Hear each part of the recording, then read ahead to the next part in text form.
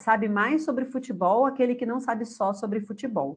Por exemplo, a gente fez um trabalho com matemática, eu levei todo mundo para o campo, aí peguei um monte de cones, espalhei pelo campo, com o resultado das contas, eles tinham que chutar e acertar no cone da conta.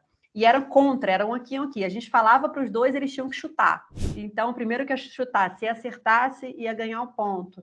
Gente, isso é futebol com matemática e com competição, e que eles amam demais. Então, é ali. E pasme, eles acertaram as contas e erraram o chute. Eu falei, parou!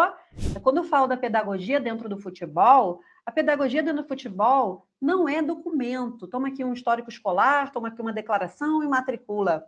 Não, não é isso. Eu acho que a potência é enorme. Muitas vezes ela é pouco aproveitada.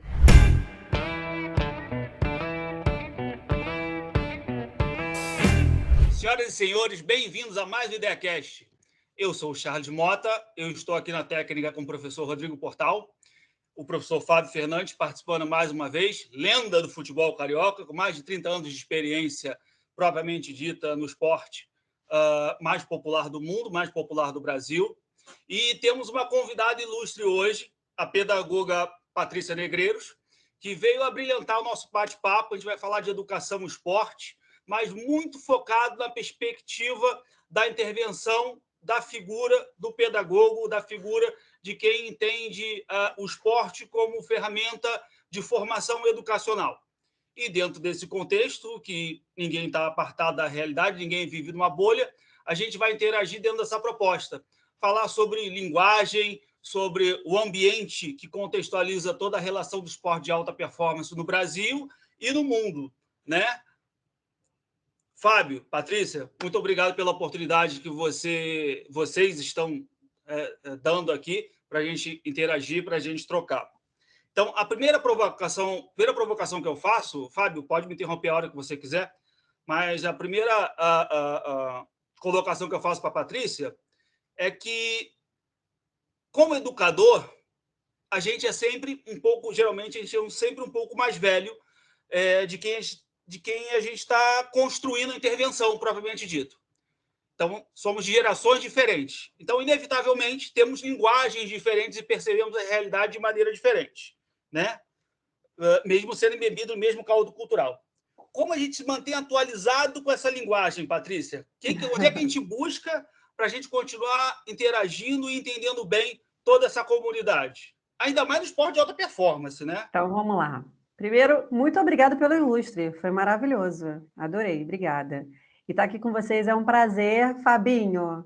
Fabinho é tudo, né? Fabinho, trabalhar com essa pessoa no dia a dia é muito bom, é divertido e a gente aprende bastante. Então, vamos lá. Eu acho que a primeira coisa que a gente tem que fazer para se manter atualizado é escutar, né? Eu acho que a gente ser ouvinte nesse momento é muito bom. A gente entender um pouco do universo deles. Eu acho que essa é a grande questão. A gente tem que entender para quem a gente trabalha, né? Então, ouvir os meninos, eu até brinco às vezes, que a gente faz até um dicionário de palavrão, né? Porque e muitas vezes você tem que chegar lá para ganhar confiança, para se impor, né? Para chegar realmente no mundo deles. Então, escutar sem preconceito, escutar de coração aberto, escutar querendo aprender, né? Eu acho que a grande questão da educação é você entender que você está o tempo inteiro aprendendo. Então, você se colocar nesse lugar de aprendiz para conversar com os atletas, né? Com os atletas, a gente eu convivo com os meninos até 20 anos. Então, assim, você se colocar no lugar dos atletas como aprendizes, eu acho que essa é uma receita que, se você for de boa, não tem erro. Você colocou essa situação, se colocar no lugar dos atletas, dentro dessa ideia de empatia, você se colocou no lugar dele, tentou habitar essa consciência que não é a sua, digamos assim, né? Algumas vezes não. e como é que a gente começa a elaborar a intervenção propriamente dito nesse ambiente? Como construir um discurso de relevância para que eles percebam que a intelectualidade é positivo para a vida deles? Então, vamos lá. Inicialmente, eu acho que esse diagnóstico de entender quem esses meninos são, construir uma persona deles, né, entender quem eles são é fundamental. Acho que esse é o primeiro caminho. E daí em diante, eu acho que a gente utilizar o futebol como linguagem, é perfeito, né? Porque eu tenho ali algumas questões que eu consigo levar do futebol para dentro do meio, que é uma sala de aula, enfim, para qualquer ambiente que a gente esteja conversando, que seja um ambiente de troca, eu acho que também é uma grande chave. Por exemplo, a gente trabalhar a linguagem do... Eu não falo com eles, a gente tem resenha, sabe? É você, o tempo inteiro, tá trabalhando com eles, chamando o futebol. Eu não tô... A gente para ver jogo, eu assisto jogos, eu falo com eles, eu mando mensagem sobre o quanto foi o jogo, você parabenizar, você está ali disposto a chegar nesse universo é perfeito. E assim, pensar muito, planejar projeto, eu venho desse mundo de projeto, então o tempo inteiro eu estou planejando projetos que consigam alcançar esses meninos, né, que eles muitas vezes eles não estão entendendo que eles estão ali aprendendo, né? Eles não estão entendendo que eles estão ali recebendo informação, que eles estão ali trabalhando memória, que eles estão ali trabalhando agilidade mental e tudo mais, mas eu estou sempre com uma linguagem que chega próximo. Eu acredito que a gente utilizar essa questão que tem muito do atleta, né, que é a competitividade. Eu acho que o jogar com, né, porque o competir é jogar com, não é jogar contra. Então, você colocar eles para competir de uma forma saudável, porque eles já fazem isso normalmente. Então, assim, utilizando o jogo, utilizando atividades que são elaboradas com a linguagem do futebol, sabe? Pegando jogos, isso eu faço muito, isso vem dando muito certo, que é a gente pegar um jogo, sabe o jogo que a gente joga normalmente, de tabuleiro, que muitos nem sabem o que é isso, é jogo de tabuleiro, mas pegar um jogo de tabuleiro e adaptar para a linguagem do futebol. E com o futebol, a gente consegue estudar várias coisas. A gente consegue estudar história, geografia, matemática, tudo com futebol. Às vezes isso pode parecer assim, surreal, falar, não, não é possível, isso é maluquice dessa... Chegou ontem, tá aí louca. E não é, porque é muito a gente trabalhar inovação, né? Eu acho que a grande questão é essa, é você entrar com o olhar do alcance, de inovar, de querer fazer diferente, de querer alcançar, porque isso não é fácil, né? E além disso, por exemplo, uma das coisas que eu estou configurando, que eu acho que vai dar super certo, é a gente introduzir essa metodologia no próprio campo, junto com os próprios preparadores físicos. Isso é uma coisa que eu venho trocando muito lá no clube, tá? A gente conseguir, por exemplo, eles têm ali os 20 minutos de aquecimento, né, até começar o treino em si, né? E por que não ali a gente já não construir alguma atividade coletiva que tenha uma intencionalidade pedagógica? Eu acho que essa é a grande questão. E para isso, eu acho que a gente trabalhar o coletivo é estar todo mundo junto, é estar todo mundo olhando para esse lugar da educação, e estar todo mundo querendo desmistificar, sabe, tirar esse rótulo do atleta, né? Porque inicialmente todo jogador de futebol, entre milhões de aspas, claro, que ninguém se ofenda, mas ele é vagabundo, né? É aquele cara que não quer nada, que é bom vivant. E a gente que convive com os atletas, a gente sabe que a rotina é puxada. É puxada, é uma rotina cansativa, sabe? Então, assim, eu acho que é uma junção de coisas e que, se a gente se focar em projetos, funciona bem. Por exemplo, o atleta não vive numa bolha, né? Ele tem família, por exemplo. Então, como a família, dentro desse contexto de alta performance, se insere dentro da proposta educacional? Porque muitas das vezes essas famílias não tiveram acesso a uma educação formal mais significativa e mais relevante. Sim. Ou mais contextualizada, por exemplo, a quantidade de dinheiro que esse jovem atleta pode ganhar. Se a grande maioria das pessoas não tem educação financeira, imagina as famílias do perfil desses jovens atletas. Conta um pouco sobre a família. Charles, se você me permite, Charles, estou aproveitando primeiro, prazer mais uma vez participar aqui com você, né, do Ideativo, uma honra estar aqui batendo esse papo com a Patrícia, que eu acompanho lá o trabalho dela diariamente, que é um trabalho fantástico e extremamente difícil, e até linkando aí a esse seu comentário, uma coisa que a gente comenta muito lá, a gente conversa bastante, é que a família simplesmente ela joga no colo do clube toda a obrigação de educar o garoto, e o que é um erro, né? O clube ele auxilia, a Patrícia vai poder falar melhor em relação a isso, com mais propriedade, mas ele simplesmente... educação formal e informal. Exatamente. O pai e a mãe, ele se abstém, está lá no Flamengo, o Flamengo que arruma escola para ele, que acompanhe, que cobre, que faça. É uma realidade que a gente vê na imensa maioria dos atletas, e acho que a Patrícia vai poder dar até exemplos melhores e falar sobre isso, que a gente conversa bastante lá, que é uma coisa que nos incomoda terrivelmente.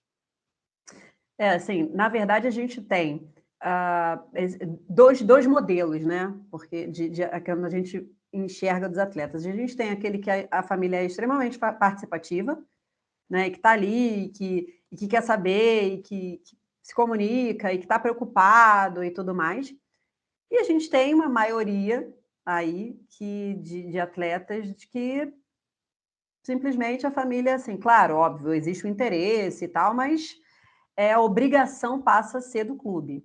Então, é uma coisa que eu brigo muito, porque eu acho que a obrigação, assim, eu acho que isso também a gente vai ter que mexer em algumas coisas aí, né, para falar sobre esse assunto, a gente vai ter que levantar algumas lebres, isso pode ser um pouco polêmico, né, mas eu acredito, assim, que a gente tem que educar desde o início, né? Nós educarmos os atletas e as famílias.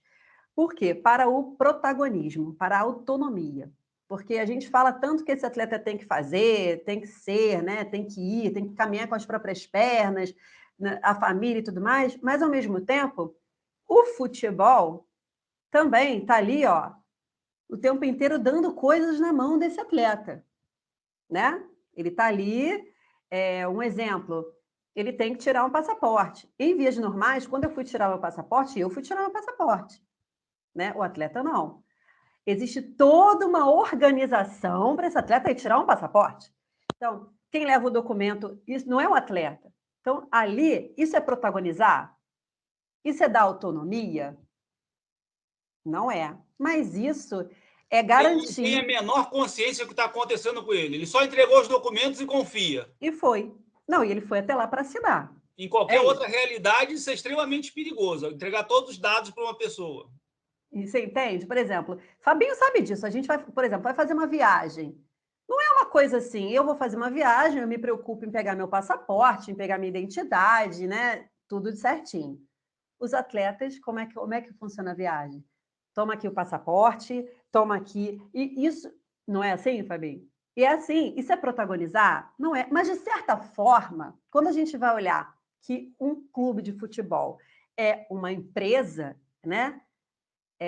A gente está ali por uma questão de ganhar e de gerar recurso, é uma empresa. Então, assim, é isso. Se um menino desse esquece um passaporte, quem que vai tomar o prejuízo? É o clube. É todo o contexto de alta performance ali. Então, qualquer impacto menor que venha a acontecer tem uma cadeia de resultados financeiros negativos. Exatamente. E aí isso gera um monte de problema. Para esse problema não ser gerado, o que a gente faz?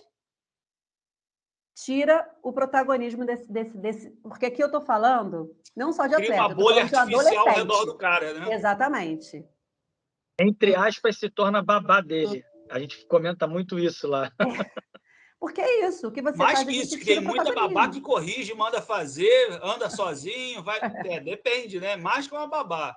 Porque, gente, o processo educacional, ele é muito além de escola, sabe? O porteiro, quando dá bom dia para esse atleta, ele é um educador. Porque esses atletas, eles são crianças e adolescentes. A gente está falando de meninos de 13 anos, de 12 anos.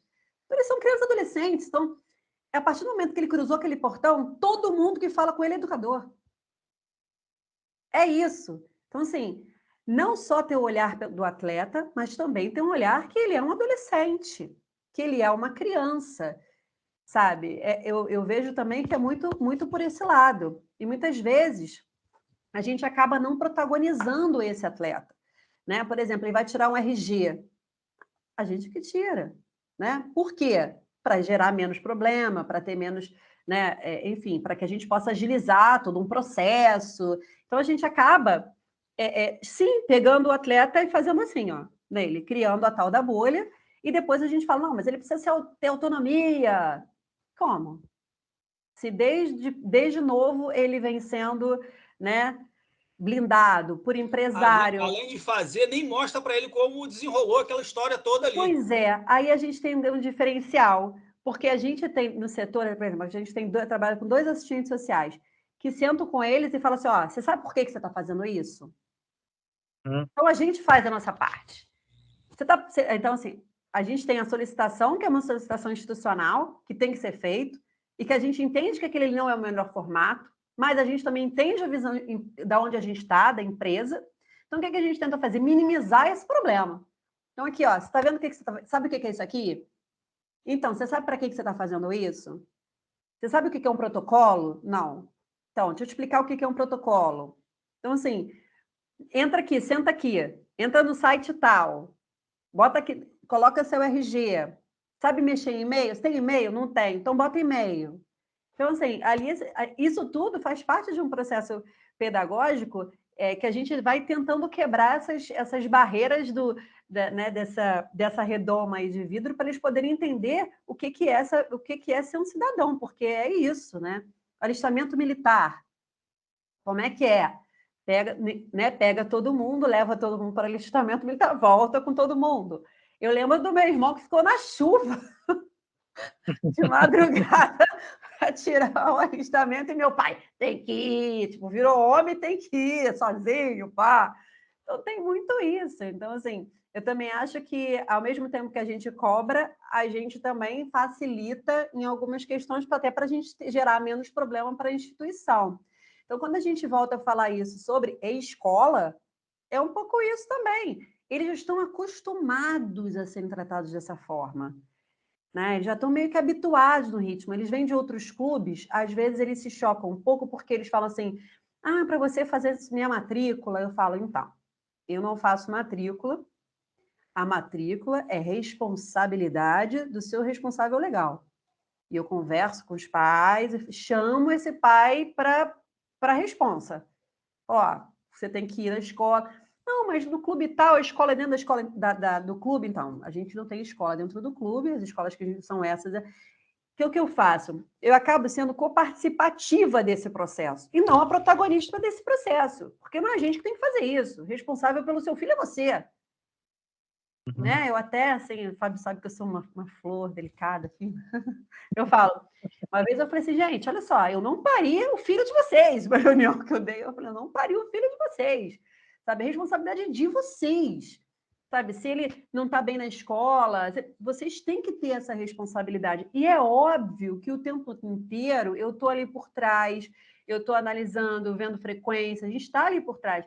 Mas, assim, a responsabilidade não pode ser posta somente para o clube. É óbvio que a gente tem a nossa parcela ali e a gente cumpre com isso, mas a responsabilidade tem que ser dessa família. E muitas vezes, por mau costume, eu acho que é muito isso, por mau hábito anterior, acaba relaxando, e se a gente realmente der mole nesse sentido, as pessoas efetivamente colocam essa responsabilidade na gente. Então, diariamente você vai ali devagarzinho, falando. Quando é menorzinho, as coisas vão mais tranquilas. Outra curiosidade também, que eu não sei se acredito que o Fábio já deva ter percebido isso, é muito quando a coisa começa, né, a ficar mais tensa, né, mas para eles, aos 15 anos, aos 14, 15 anos ali, é uma grande linha de corte. Né? Eu acho que tem muito a ver com a idade, independente de ser atleta, com a idade. Né? Você vê que até o corte também para o ensino médio, né? Ali muda um pouco, mas também tem a ver com as cobranças dentro do universo esportivo, do futebol. Dentro do futebol, o 15 já está voando, né? Já tem 35 mil competições, já é uma coisa assim que é... Até porque com 16 anos é a idade com que eles já podem assinar o primeiro contrato profissional da carreira dele. Que isso aí ganha uma relevância, uma importância, um aumento de responsabilidade absurdo para esses meninos, né? E dali eles já se enxergam como eu tenho que produzir mais, eu tenho que dar mais, eu tenho que responder mais. Então, ali ele começa a ter mais compromissos, né? E aí a gente vai abrir pauta para um outro assunto, que tem a ver muito com isso, né? Do futebol também acabar desestruturando um pouco essa parte escolar por conta da quantidade de competições que a gente tem e tudo mais. Mas eu vou deixar vocês perguntarem, porque eu estou falando igual a louca. Deixa eu voltar um pouquinho, Charles, se você me permite. Ela anteriormente você ela comentou... pode tudo, Fabinho. Aqui você pode tudo. Ela comentou dos projetos que são feitos lá, extra treinamentos, né, com os atletas. Ela falou de uma ideia que tem de tentar fazer algumas atividades junto aos preparadores físicos, e eu vou até um pouco mais além. E isso é uma coisa dificílima, que você entrar ali no campo, na cela do treinador, tudo, porque nessas atividades a Patrícia descobriu algumas coisas que até para a gente foi complicada, porque você usa muitos termos dentro do futebol, por exemplo, faz a diagonal, tem que ser reativo, e os meninos não fazem a mínima ideia do que seja isso. Então, quando um treinador fala que ele tem que fazer a diagonal, ele faz por instinto, ele não sabe, por repetição. E eu conversando com o Mário Jorge, que é o treinador do Sub-17, a categoria que eu trabalho, ele falou, caramba, cara, a gente tem que ver isso.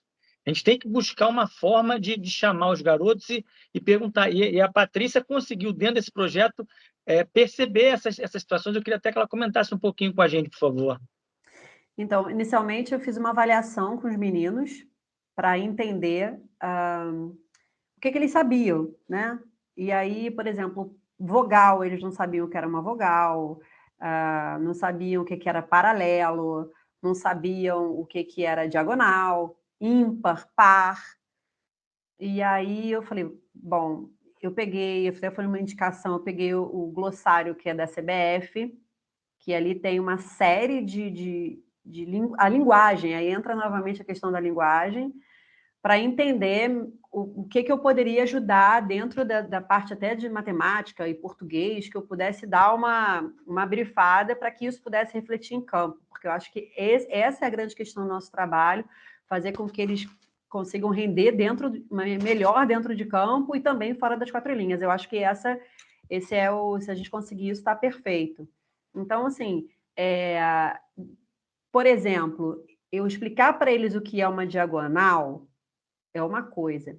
Eu pegar um jogo de batalha naval com eles, onde os navios são posicionados na diagonal, é outra. Até porque, biologicamente, eles têm uma inteligência espacial muito boa, né? Mais do que todo mundo aqui. Mas eu falo isso para eles, assim, muitas vezes eles mesmos falam assim, não, porque eu sou burro, porque eu não sei o quê. Eu falei, cara, como é que você consegue ser burro? Você tem noção do que você faz em campo? O que você faz em campo, uma pessoa não pode ser burra. Não tem condição, porque eles mesmos vão falando, não sei nada, né? Cara, não tem condição. Você toma tanta decisão, sabe? Você consegue fazer uma linha de impedimento imaginária, porque aquela linha ali não existe, você consegue fazer isso, sabe? Você consegue fazer um monte de coisa. Como é que para você jogar futebol, você tem que ter uma noção assim surreal, e eles conseguem. Mas é instinto. Eles já fazem isso tanto tempo, aquilo já vai. Aí é o que eu acho que a gente tem que realmente olhar para esses atletas com um olhar diferenciado, sabe? Entender cada um mesmo, porque alguns são muito mais sagazes, assim, nesse sentido de conhecimento e tudo mais, e outros não, outros são extremamente limitados, eles estão trabalhando robóticos, sabe? Robotizados, porque se eu falo, corre na diagonal, e o menino corre e ele não sabe o que é uma diagonal, aquilo é robótico. Que aquilo, sabe, não está vindo consciente, aquilo está vindo do que ele já está habituado a fazer. Né? Então, até que ponto a gente está criando atletas assim, robotizados, que não conseguem parar para raciocinar, não raciocinam efetivamente, que vão fazer a coisa da forma mecânica. E eu acho que aí a gente perde muito a graça do jogo, a gente perde muito, né? Porque eles estão ali sempre jogando ensaiada, fazendo. Então, assim, essa ousadia, essa coisa, eu acho que também vem muito da questão da consciência, sabe? Da consciência corporal, né?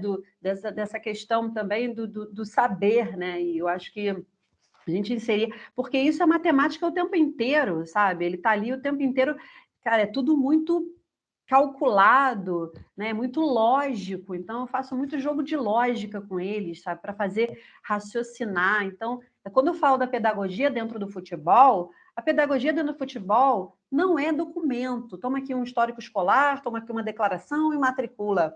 Não, não é isso.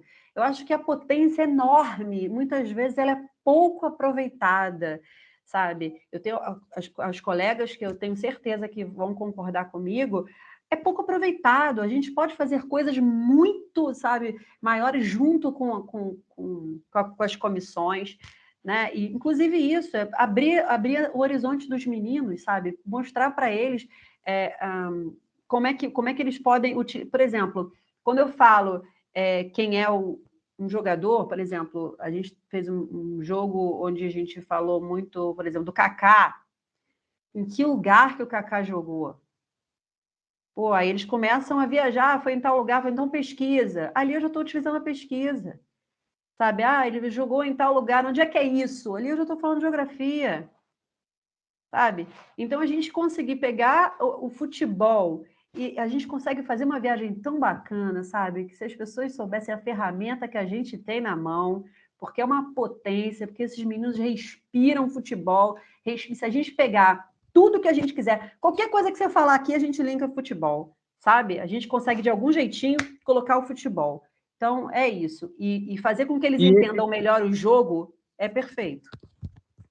E esses exemplos aí de não ter noção do que é par ou ímpar, do que é diagonal, não são meninos de 11, 12, não. São meninos de 15 e 16 anos, para ver o tamanho da complexidade do negócio e da importância que a abordagem da pedagogia precisa ter dentro do futebol. E que ainda, como a Patrícia acabou de falar, e eu reforço e reitero, é muito pouco e muito mal explorado.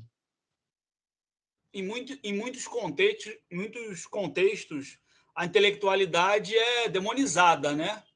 Então, aí se você pegar Como o Futebol Explica o Mundo, do Frank Fouet, você vai ver que está intimamente conectada essa história toda. E como está nesse momento, essa geração millennium, eles não vivem sem rede social. Então, a rede social, o digital e o físico se mesclaram de uma maneira que essa geração utiliza com todas as habilidades possíveis e imagináveis, né? Como orientar o menino para se utilizar dessa ferramenta que pode ser um aliado extremamente positivo, mas também que pode ser estrategicamente nocivo para qualquer pessoa. Imagina para quem pode ganhar notoriedade mundial num curto intervalo de 4 anos. Como abordar essa situação que não existe divisão entre o mundo real e o mundo imaterial das redes sociais? Imaterial entre aspas. Eu acho que isso é difícil até dentro de casa, né? Porque, muita coisa. Assim, a gente tem que ter uma mão, uma linha muito tênue, sabe? Porque, na verdade, a gente não pode simplesmente não vai usar, né? Ou bloquear ou tudo mais, mas a gente também tem que dar limite, né? A gente tem que reorganizar. No caso de muitos, eles precisam usar. E precisam... Você não sente falta de uma coisa que você não conhece. Então, é um instrumento de mídia muito valioso. São ferramentas valiosíssimas para quem trabalha com imagem, né? Muitas vezes a gente fala assim, vocês têm que saber utilizar, né? Eu acho que essa é a grande questão que a gente fala muito para eles. Eu falo assim, a gente tem olheiro, tá todo mundo sabendo tudo que vocês estão postando, né? Uma postagem errada, cara, você pode cair fácil, né? Isso a gente fala muito para eles, assim, muito, o tempo inteiro. Eu tenho uma caixinha que é quando eu começo a atividade, eu tenho uma caixa que eles já ficam assim, extremamente irritados comigo, eu não estou nem aí naquele primeiro momento, que é tão engraçado, que eles já chegam e já vão assim, ó, com raiva. Eu expliquei para eles, acho que a nanofobia, que é um pânico de ficar sem celular. Primeiro, eu pedi para que eles procurassem na internet o que era isso, e aí eles procuraram, aí é medo de ficar sem celular. Aí eles fizeram assim e me olharam. Aí eu peguei uma caixa, aí eu coloquei descanse aqui, na caixa. E vira e mexe eu vou trocando as frases da caixa. que eu boto uma frase diferente, aí eles chegam, aí a gente acaba se divertindo com aquilo, sabe? Aí eles colocam ali o telefone. Aí eu falo, bora, filhão, dá um beijinho e se despede 1 hora sem celular. Porque eles ficam 1 hora comigo, 40 minutos, sem o celular. Aí eu já falo, manda beijo para a namoradinha, dá um tchau e chega, 40 minutos offline. E aí eles pegam inicialmente estressados e colocam o telefone ali, mas é aquilo, eu acho que é aquela coisa mesmo do vício, né? Aqueles 10 primeiros minutos eles ficam assim, ó, sem saber no que mexer, nervosos. Depois eles vão relaxando, vão entrando na atividade e tal, aí depois no final eu abro a caixa, eles pegam o telefone de volta. Então é um pouco assim, falar também com eles, uma coisa que eu falo bastante, que é para outras coisas que servem o celular também. Né? Porque hoje está aqui, o celular é o universo na sua mão. Você consegue ir para qualquer lugar com o celular, né? Para lugares que prestam e para aqueles que também não são tão legais assim. Então, muitas vezes durante as atividades, por exemplo, a gente fez uma atividade de lógica e aí eu deixei pesquisar, cada grupo podia pesquisar 2 vezes. E aí eles ficaram com o celular para pesquisa. Isso foi muito legal, porque tinha um tempo fechado, porque aí abre o celular e eles já vão direto para um Insta, né? Alguma coisa assim. Aí, só que você tem um tempo, então você não pode entrar no celular e brincar. Você tem que entrar no celular e pesquisar para poder dar resposta para o seu time, porque senão você perdeu os pontos. Então, assim, isso acaba que vai treinando. Infelizmente, Charles, o tempo que a gente tem com eles, né, com eles, é muito curto. Pouco tempo para a gente conseguir ter um resultado tão eficaz, sabe? A gente tem, por conta de viagem, por conta de rotina de treino, por conta de escola, aí então a gente tem um tempo curto, mas aí o que eu penso é muito na qualidade desse tempo. Então, são 40 minutos, né, 2 vezes na semana, de forma extremamente intensa para mim, para eles, que a gente tem um envolvimento que é muito sadio e, sabe, papo dos meninos que alguns que não estão fazendo parte e tal, eles, pô, Paty, deixa eu entrar, por favor, eu quero fazer parte. Então, assim, está criando um movimento que isso, para mim, é muito, muito bacana ver o resultado do trabalho e ver que os meninos estão se envolvendo, porque é para eles mesmo, sabe? E a gente faz com tanto carinho, sabe? O planejamento, porque, na realidade, esse tipo de trabalho é um trabalho que requer muito esforço, porque você tem que se planejar muito. Né? Você não pode chegar e falar, toma aqui, vai. Não, é um trabalho de muito planejamento, sabe? Por exemplo, a gente fez um trabalho com matemática, eu levei todo mundo para o campo, aí você faz todas as pesquisas, eu tenho um professor que me auxilia, né? E aí eu fiz todas as contas, e aí eu peguei um monte de cones, espalhei pelo campo, com o resultado das contas, eles tinham que chutar e acertar no cone da conta. E eram contra, eram aqui e aqui. A gente falava para os dois, eles tinham que chutar. Então, o primeiro que chutasse e acertasse, ia ganhar o ponto. Gente, isso é futebol com matemática e com competição, e que eles amam demais. Então, é ali. E pasme, eles acertaram as contas e erraram o chute. Eu falei, parou, que eu vou atrás do seu treinador agora, porque isso é um absurdo. Aí você também começa a entrar na sacanagem com os meninos, sabe? Que isso é um absurdo. E aí, assim, chama o treinador, eu coloco para falar, pô, qual é, cara?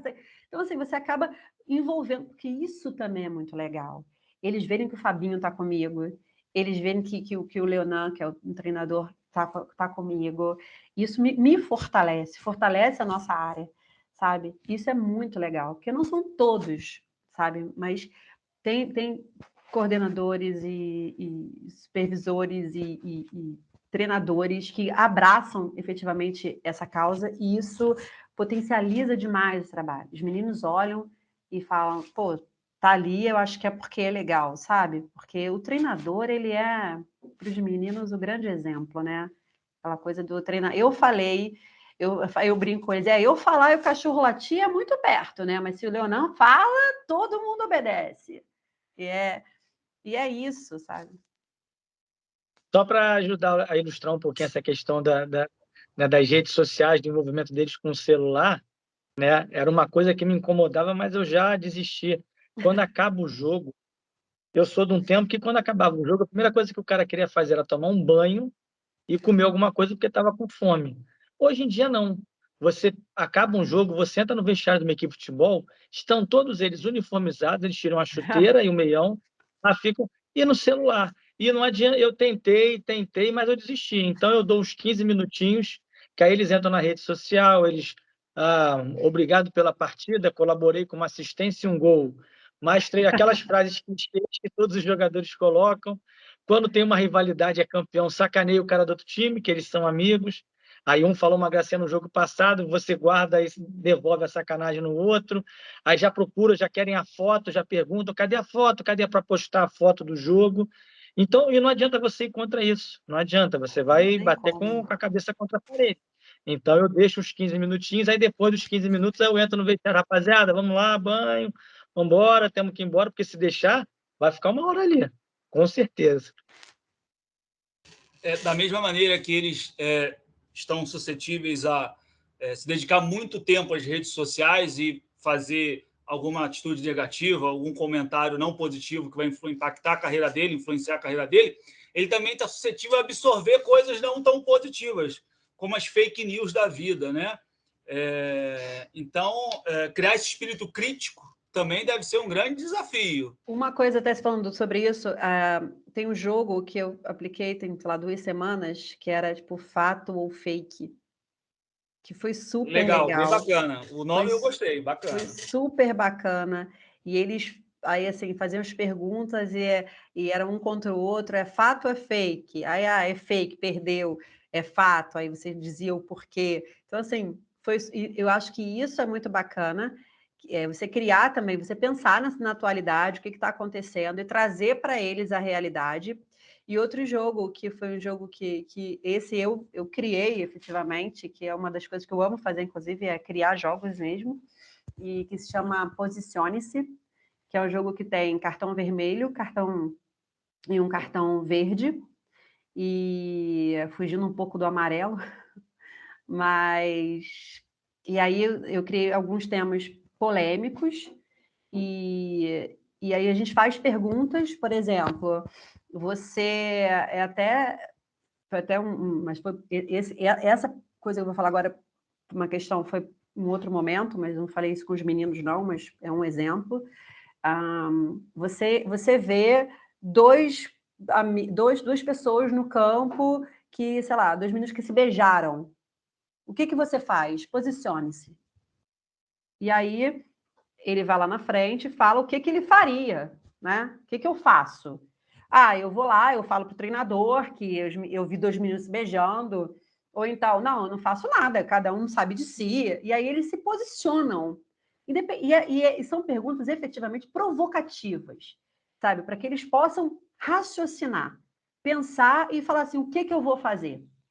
E aí ele fala, aí depois eu olho para a turma toda e falo, posicione-se. E aí quem concorda com ele levanta o verde, quem não concorda levanta o vermelho.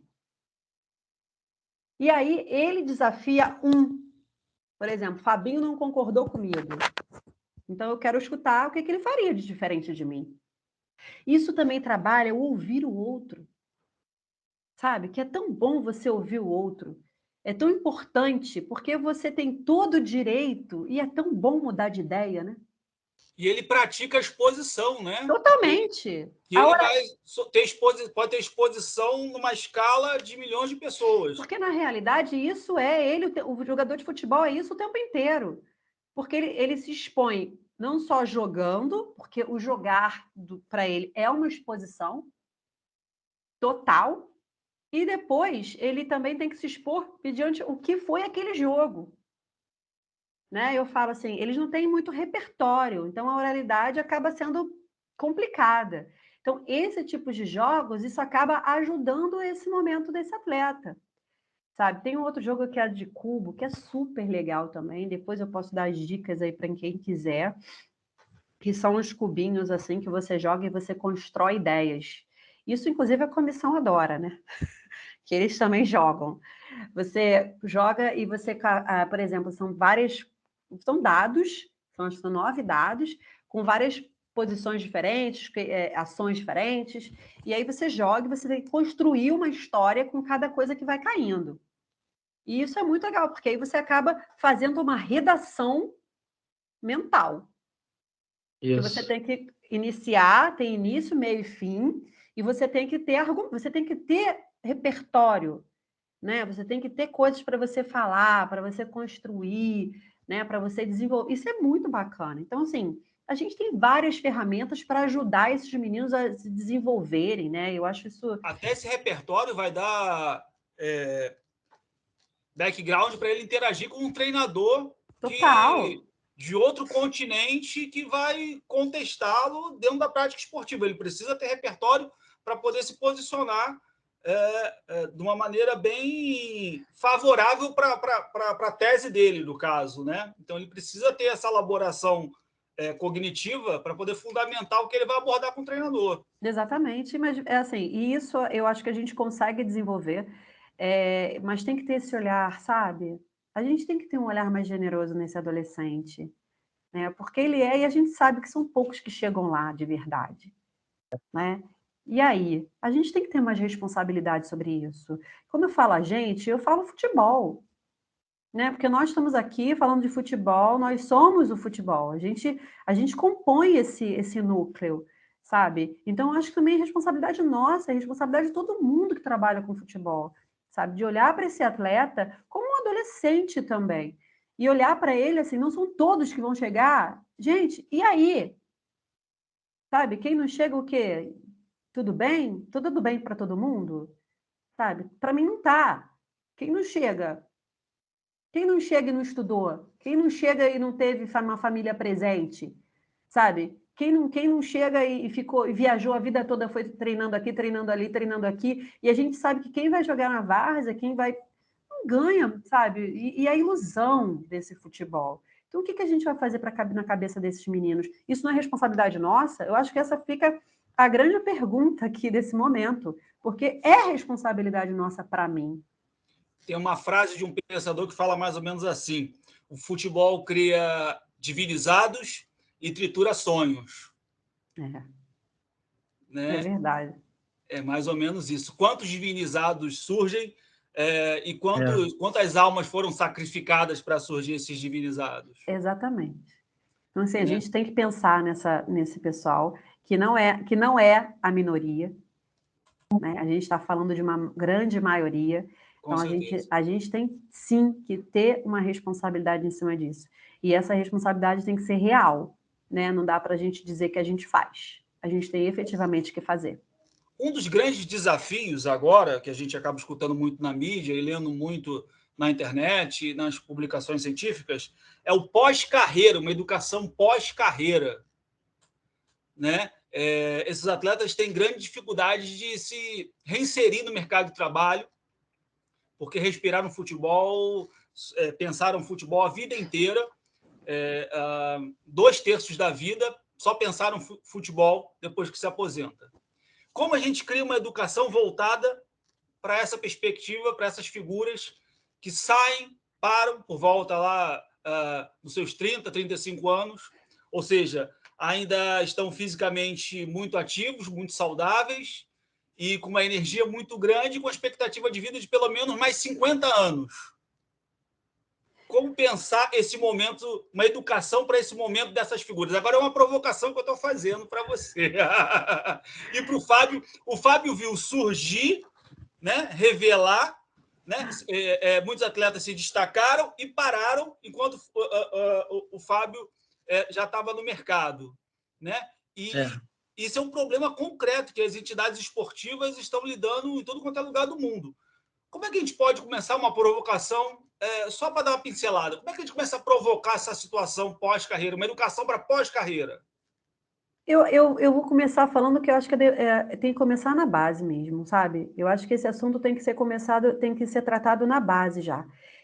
Meninos que a maioria da evasão, né? Porque existe uma obrigatoriedade deles estarem estudando até 17 anos e 11 meses. Eles são obrigados a estar na escola.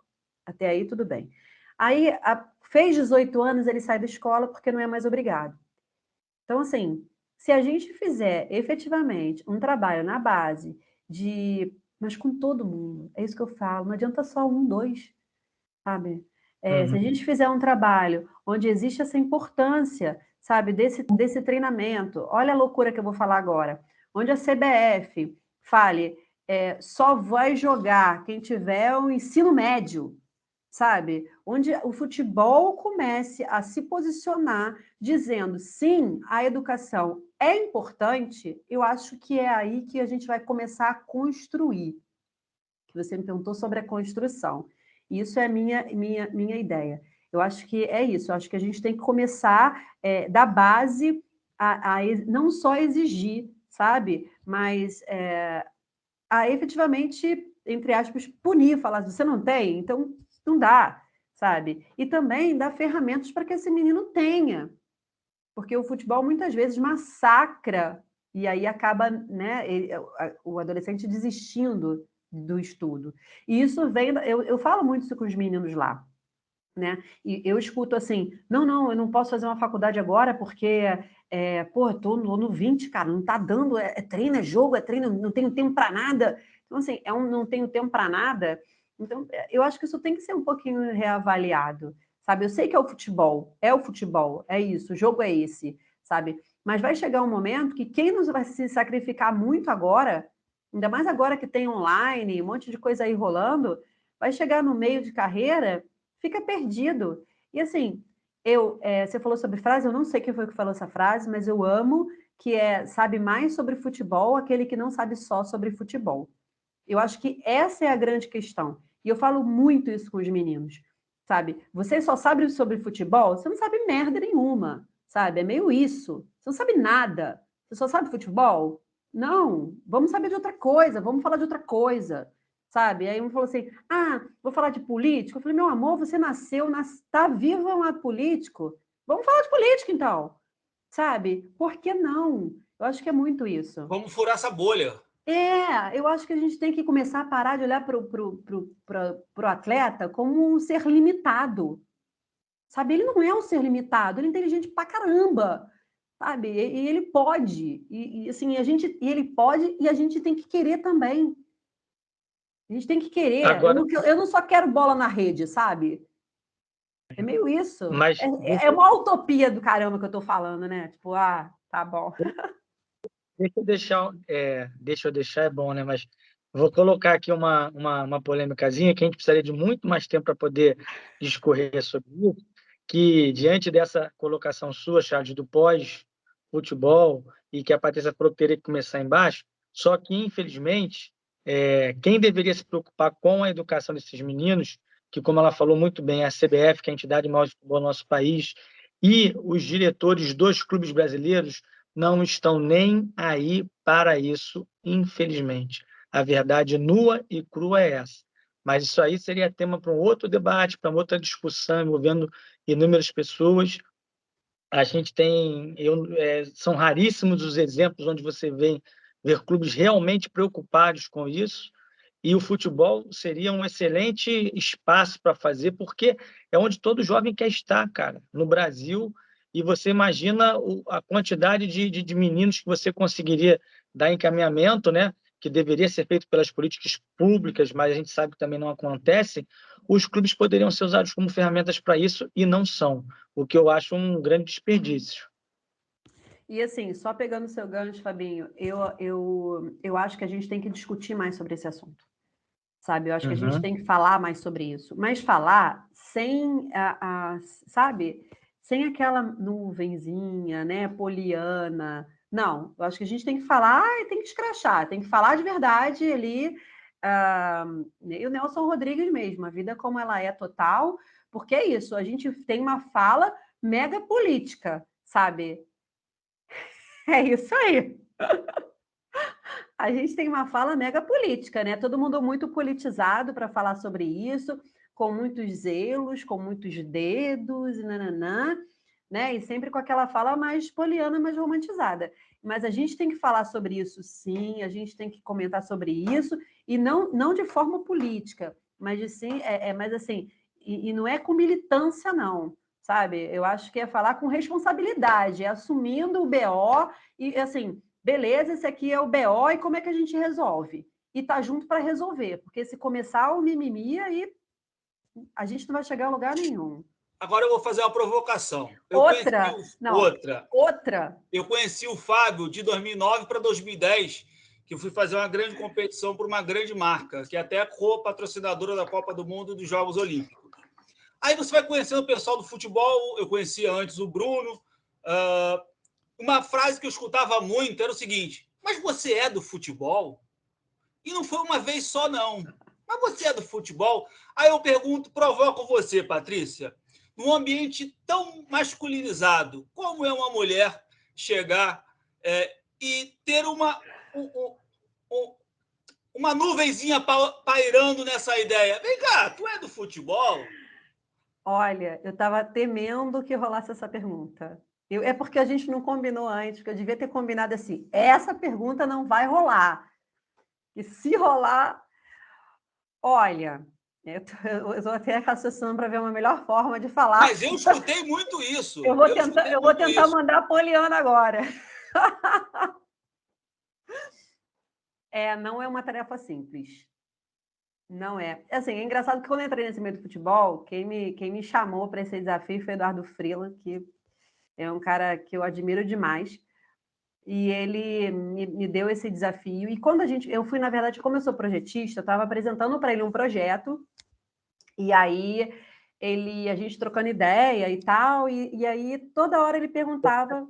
Para o pessoal que não conhece, que de repente não seja do meio do futebol, o Eduardo Freeland, ele era o gerente geral das categorias de base do Flamengo e hoje ele é o gerente de futebol profissional, o diretor executivo de futebol profissional do Botafogo. Só para o pessoal poder entender. Também foi gerente da base do Botafogo, do Cruzeiro, professor de educação física, formado em educação física. E uma pessoa maravilhosa. Eu acho que encerramos quem é o Freeland. Ele é muito, muito, muito do bem, admiro ele demais. Enfim, e aí eu conversando com ele, apresentando o projeto e tudo mais, e aí ele falou, não, deixa eu resolver umas questões e tal, e falou de pedagogo. Aí eu falei assim, não, eu sou pedagoga, e ele para mim, você é pedagoga? Sou pedagoga, mas você é pedagoga? Porque eu não tenho cara de pedagoga, ele falava isso para mim, que eu não tenho jeito de pedagoga, eu não falo como pedagoga, eu não sei como é que é, porque existem estereótipos de profissão, né? Mas eu não sei qual seria a característica. Eu falei para ele, mas como é que eu tenho que ser para ser uma pedagoga? Ele, não, você não fala igual pedagoga. Você quase não... um preconceito estrutural, né? Que a gente acaba assimilando sem querer. Quem pega de rebarba é quase uma identidade herdada de um preconceitozinho, digamos assim. E quando eu entrei, eu falei, nossa, eu já sabia que era um mundo muito machista, né? E aí, quando eu entrei, eu tive uma surpresa. Era mais do que eu pensava. Era mais do que eu pensava. Eu falei, caraca. Aí você tem que construir uns personagens para você sobreviver, né? E como eu acho que eu já tenho uma característica, eu acho que é um pouco de característica, o Fabinho pode falar melhor, assim, mas já tenho uma característica mais falante e mais sabe, de falar e da gente trocar de boa. Então, assim, eu acho que para mim não foi tão difícil, é perrengue, mas talvez não tenha sido tanto por algumas características que eu tenho. Mas, assim, é um meio muito complicado. Você entrar num clube onde trabalham poucas mulheres e você não tem um vestiário. Eu já começo por aí. Você não tem. Os meninos têm vestiário, os homens todos podem fazer tudo. E para a gente não tem um vestiário ali. Isso eu estou falando de uma infraestrutura básica. Fora o restante, né? De que você é mulher e aí, sabe, parece que tudo gira diferente. Você perde oportunidades, né? Por ser mulher, eu acho que... Mas eu estou ali muito nessa perspectiva de ver uma mudança, sabe? E eu acho que eu venho ganhando muito espaço nesse meio, talvez mais uma vez por esse meu jeito de ser, de tratar os meninos, os meninos que eu digo é a comissão até, de tratar Fabinho, de entrar e de falar com eles. A gente tem uma intimidade, né, Fabinho? A gente criou uma intimidade, assim, que eu brinco, parece, assim, eu sou conselheira amorosa, eu zoo, Fabinho, o que você comeu? Fabinho, você não tá vendo tua mulher, não, né? Sabe? Então, a gente acaba criando até uma fala mais íntima, e assim, eu sempre falo pro meu marido, eu falo, cara, os caras são extremamente respeitosos, porque tem isso também, né? Porque você é mulher, e aí você, não, os meninos são extremamente, os meninos da comissão, né? A comissão é extremamente respeitosa comigo, os meninos nem se falam, eu sou tia deles, né? Então, mas a comissão extremamente respeitosa, a gente brinca muito, a gente tem muito carinho pelo outro, a gente desenvolveu isso, mas eu vejo que é muito claro que existe essa coisa do mulher, e então tem uma certa diferença nisso. E isso muitas vezes me incomoda, mas eu já vi também que eu já ganhei muitas brigas ali dentro por, sabe, pelo meu trabalho. Eu acho que é pelo meu lado profissional, por ser quem eu sou. E não vou te dizer que é uma coisa que não me incomode, porque incomoda muito. E vou falar uma coisa que eu acho que as mulheres que estão me ouvindo vão entender. Eu uso um uniforme e a gente tem a preocupação, eu e as minhas colegas de trabalho, em, por exemplo, em amarrar o casaco na cintura, quando a gente está uma calça muito apertada, sabe? Em botar uma blusa mais larga. E, assim, isso, de certa forma, é a construção de um personagem. Você entende? E isso, muitas vezes, hoje, assim, você já faz. Mas tem momentos que aquilo fala, porra, será que eu tinha realmente que estar fazendo isso? Sabe? Será que o que eu estou vestindo, ou se eu botar uma calça, sabe? Eu já escutei algumas coisas assim, nossa, hoje veio com essa calça tal, nossa, sabe? Aí eu falo, tua mulher tá bem, sabe? Aí você também começa a mandar para de palhaçada. Então você também começa a se posicionar, mas aquilo também não é legal, sabe? Eu acho que também os homens têm que mudar um pouco essa cabeça, sabe? De olhar de forma igualitária mesmo, sabe? Profissional. Eu também tenho esse mimimi, não. Eu acho que é questão de ser profissional, a gente, mas ter essa preocupação com o que você vai vestir, com o batom que você vai botar, sabe? Porque eles falam que não, mas repara tudo. Batonzinho hoje, hein? Sabe? Então, assim, ainda é, sim, um meio que você tem que se preocupar com o que você veste, com o que você fala, mas eu acho que quando você trabalha bem, tudo flui. Quem está na vanguarda tem uma tendência natural a abrir caminho, né? Quem sabe nas próximas gerações, as próximas pedagogas e educadoras encontrem um ambiente mais fluido, mais tranquilo, que figuras como você, devem existir outras professoras, outras pedagogas em outros locais, sofrendo o mesmo processo e lidando com os mesmos desafios.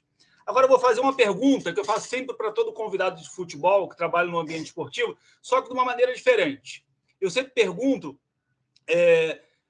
como o garoto fosse dar uma dica para o rapaz ou para o menino que for participar de uma peneira, de um processo de seleção, de um tryout da vida, né? Eu vou perguntar para você da seguinte forma, perguntar um pouco diferente. Esse menino passou na peneira, tá? Primeiro dia de clube dele. Dá uma dica para ele nesse primeiro dia de clube. No primeiro dia de clube? Ele chegou no clube primeiro vez, ele passou na peneira lá, 14 aninhos. Tá. Ele chegou lá, menino. Eu vou te falar até o que eu faço, naturalmente, porque sempre que ele passa na peneira, a gente tem uma conversa. E a minha conversa para eles é sempre assim: meu maior sonho nesse momento é que você seja um cara que vá profissional, ganhe grana. Esse é um desejo que eu tenho com relação a você. Mas o meu maior desejo mesmo é que você seja feliz. Que o futebol te faça feliz. E que você trabalhe para devolver para a sociedade aquilo que você ganhar dela. Então, assim, a gente vê muitos, que não são ídolos, né? Mas jogadores que são famosos e ganham bilhões, que não devolvem aquilo que efetivamente estão recebendo. E eu falo de afeto, eu falo de construção, evolução econômica, enfim, a gente tem meninos que saíram de zonas ruins, né? Tanto de comunidades vulneráveis e tudo mais, e que não devolvem aquilo para a sociedade, né? Que não voltam e fazem alguma coisa para aquele lugar, ou que poste uma foto lendo um livro. Então, assim, que você... Eu acho que o que eu diria hoje é isso. Seja feliz, que utilize o futebol como um objeto de felicidade para você, que eu acho que esse é o grande néctar da vida, e que você tenha um olhar generoso no outro, que você devolva para a sociedade o que o futebol te deu com muito afeto. Chegou o momento que a gente faz a indicação de leitura. Mas, no teu caso, eu vou pedir 2 indicações. Uma para a família e uma para o jovem atleta que está começando e com grande possibilidade para ir para o profissional. Uma indicação para um pai e para uma mãe que é responsável de um atleta de alta performance, que tem grande potencial de se profissionalizar e até entrar num mercado internacional e estar inserido até em outra cultura no curto intervalo de tempo. Então, faz essas 2 indicações para mim, para a família e para esse jovem atleta. Cara, tem um livro, eu vou te falar dos últimos livros assim que eu li. Ok, depois eu vou indicar um também. E que eu curti bastante. Deixa eu até pegar aqui que é um do Scaglia. Eu vou começar falando, então, do Poder do Hábito, que é um livro que eu curti demais. Eu acho que para a família, eu acho que até para o atleta também, mas para a família é um livro super bacana, que, sei lá, acho que te dá uns nortes interessantes e eu acho que é uma leitura legal. E para os atletas, eu esqueci o nome do livro, eu vou dar uma colada aqui. Tem um ratinho na capa, peraí. Sem problema, sem problema.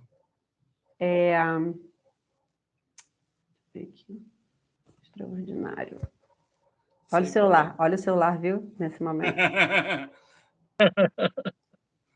A gente sempre faz essa provocação para tentar estimular até o hábito de leitura e contextualizar a relevância de ter acesso à informação. Então, uma dica que eu dou sempre é tudo. Até bula de remédio, se eu puder ler, você leia. É importante você até comentar isso, porque a gente teve um media training lá com o pessoal da com os atletas do Sub-17, e foi um jornalista, né, que é dono da Approach, que é uma empresa que trabalha com essa assessoria de imprensa para atletas de uma forma geral. Ele levou o livro do Alex, que hoje é treinador do Sub-20 de São Paulo, que foi jogador, e, ele perguntou para os meninos, quem é que tem o hábito de ler?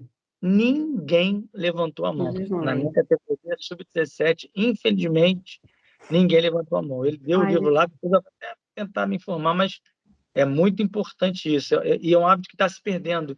E eu não acho que isso seja só com atletas, não. Acho que, de uma forma geral, né, está se perdendo isso. Gente, eu esqueci completamente o nome do livro. Ele é um livro não tem problema, a gente revolucionário. vai ter que marcar um outro bate-papo. Vamos, eu esqueci. Não, eu vou mandar para vocês. É um livro que são os animais. É um livro bem antigo.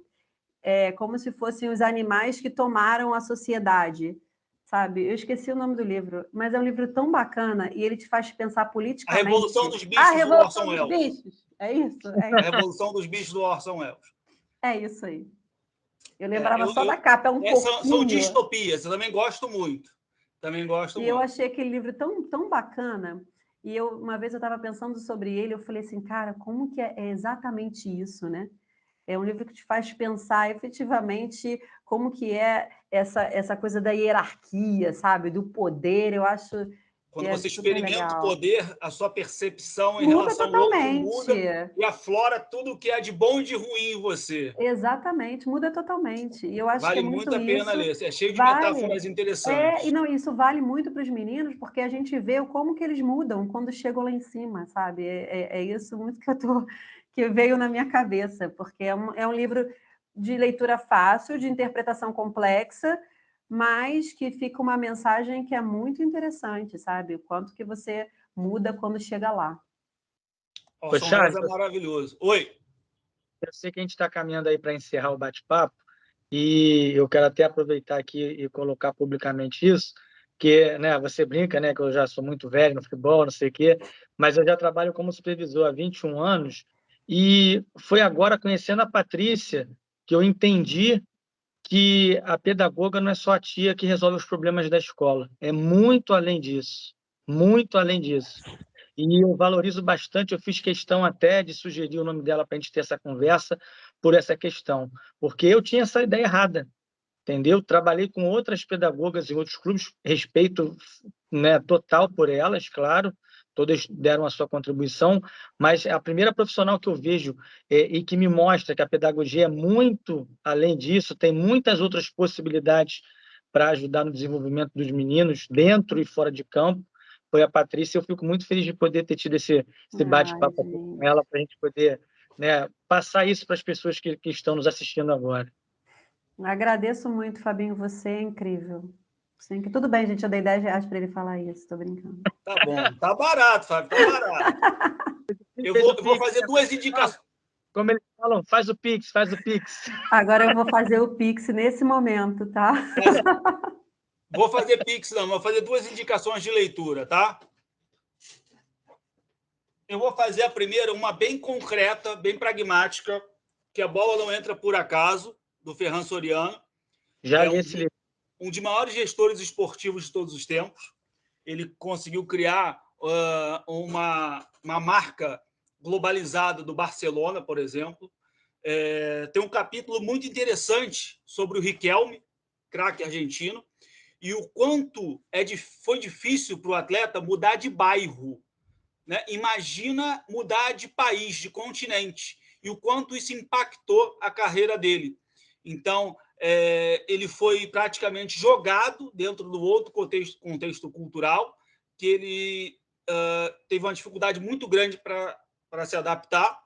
Isso acabou levando a não o máximo de performance que ele poderia aplicar no futebol, digamos assim. E a segunda leitura que eu indico é o Lima Barreto, Clara dos Anjos, que a Clara podia ser a personagem Clara, que é a principal, podia ser a mãe ou a avó de muitos jovens jogadores, né? Que tem uma relação de miscigenação, assim como todos os brasileiros, a maioria dos brasileiros, está inserido dentro de um ambiente muito dentro do subúrbio carioca e sofre as mazelas da sociedade como qualquer outra pessoa. Então, a Clara poderia ser a mãe ou a avó de muitos jovens atletas. Então, eu recomendo muito Lima Barreto, que também fala muito sobre autoimagem, sobre preconceito relacionado à etnia, à origem econômica. Vale muito a pena ler. Lima Barreto. Então, a gente está se aproximando do final. Sim. Eu acho que a gente já falou bastante. Eu tomei muito tempo de vocês. Fabinho, quer deixar as palavras finais? Só agradecer mais uma vez aí a oportunidade desse bate-papo. A gente espera que tenha contribuído de alguma forma, né, para as pessoas que têm curiosidade, interesse em conhecer um pouquinho mais sobre o mundo do futebol. E o mundo do futebol não é só o que acontece dentro das quatro linhas. Eu acho que o X do futebol está muito mais fora do que acontece no entorno, que tem interferência direta no que acontece dentro, né? E a gente podendo levar um pouco aí para poder ajudar, orientar, a gente fica satisfeito. Mais uma vez, muito obrigado pelo convite aí e até a próxima. Eu que agradeço. Patrícia, suas considerações finais, por favor. Quer deixar suas redes sociais? Então, primeiro quero agradecer muito mais uma vez pelo convite, Fabinho, mora no meu coração.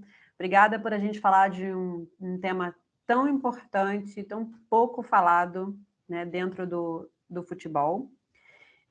Dizer que a gente precisa de mais pessoas que pensem assim, pedagogicamente fora da caixinha e que para a gente poder deixar um legado que talvez daqui a alguns anos a gente consiga ver mais clubes de futebol desenvolvendo trabalhos assim, como muitos colegas já desenvolvem nos outros clubes também, e dizer que para quem quer começar a fazer isso, né, ter essa experiência, que dentro da faculdade a gente não aprende isso, né, que existe essa possibilidade de ser uma pedagoga do esporte. Quem quiser, eu acho que tem leituras que são importantes, como que eu estava falando do Alcides Scaglia, que é um cara que anda sempre comigo, e João Batista Freire, foram dois caras que me incentivaram muito nessa minha formação, e além do Maurício Morar, enfim.